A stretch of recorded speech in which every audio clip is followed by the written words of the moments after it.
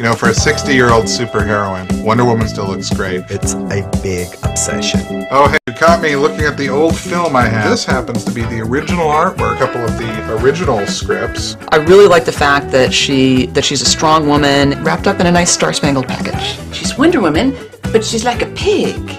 Cool. Thank you all for being here for Wonder Woman Day.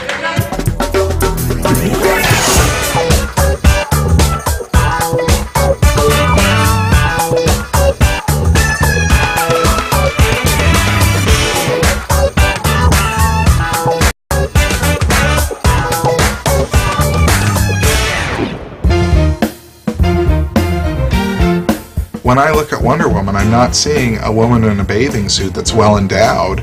I'm seeing a woman that's powerful, a woman with a sense of truth and grace to her. Her message was always about accepting everybody as equals and about making the world a better place. I'm 38 years old, and I've been a Wonder Woman fan since I was, about 6 or 7. It's a big obsession. But it's a good obsession. It's taken over a big part of his life. It's hard to put a price on the Wonder Woman memorabilia that I have collected over the years. This is the Canadian version of Wonder Woman, Editions Heritage, en français. Hi, I'm Andy Mangels. I'm one of the world's biggest Wonder Woman collectors, and my favorite superheroine inspired me to put on a charity event called Wonder Woman Day.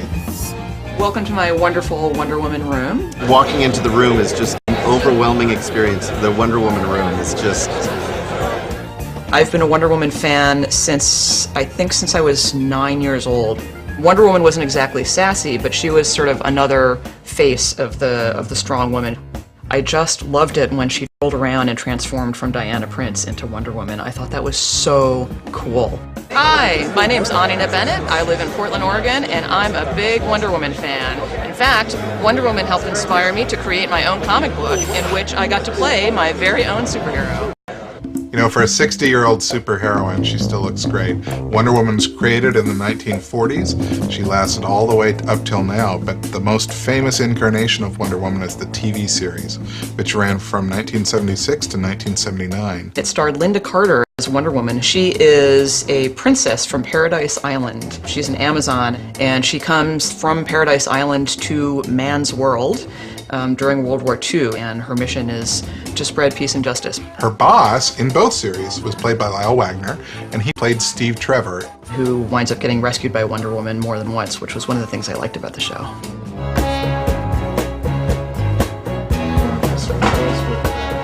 I've been a writer in the comic book world and in the science fiction world for almost 20 years now, and I find it kind of interesting that a lot of people don't realize that I'm as big a Wonder Woman fan as I am, because I've never worked directly on the character. A part of Andy has never grown up, and Wonder Woman is one way of holding on to that childhood memory.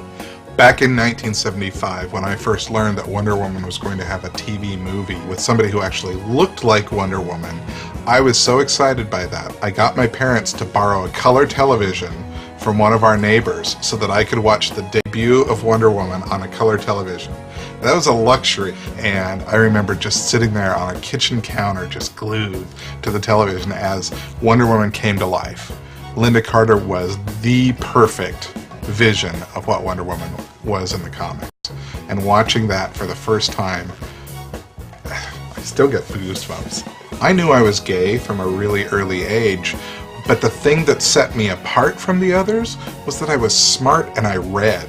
I read comic books, I read books, I read everything I could get my hands on. I wanted to write or draw comics, or I wanted to be a librarian or a museum curator. My parents figured that's what I would be, one of those things.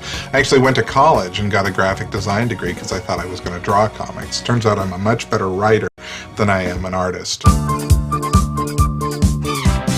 My mother was a very strong feminist, and so I grew up, even as a kid, being taught and believing that women really could do anything they set their minds to, pretty much. And Wonder Woman was a living example of that. I first met Anina just after she had graduated high school, so we're not technically high school sweethearts, but pretty darn close. Right away, I realized that she was a big comic book fan, and I was a comic book fan at that time, so we clicked Once we moved in together, she began to take up collecting figures herself. They were primarily Wonder Woman. The fact that I was starting to collect action figures is definitely a big part of what inspired me and Paul to make our own Heartbreakers action figures. Heartbreakers is a comic book that I do with my husband. We created it together, and I write it and he draws it.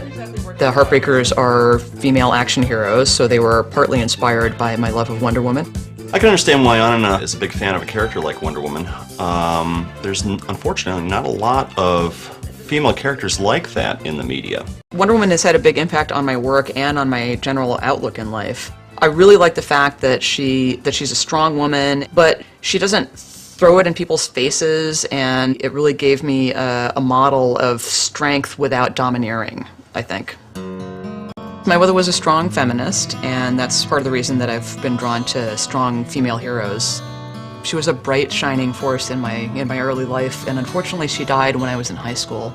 Now I look back and I realize that I didn't have that female influence in my life, and maybe that's part of why I gravitated towards strong female characters like Wonder Woman.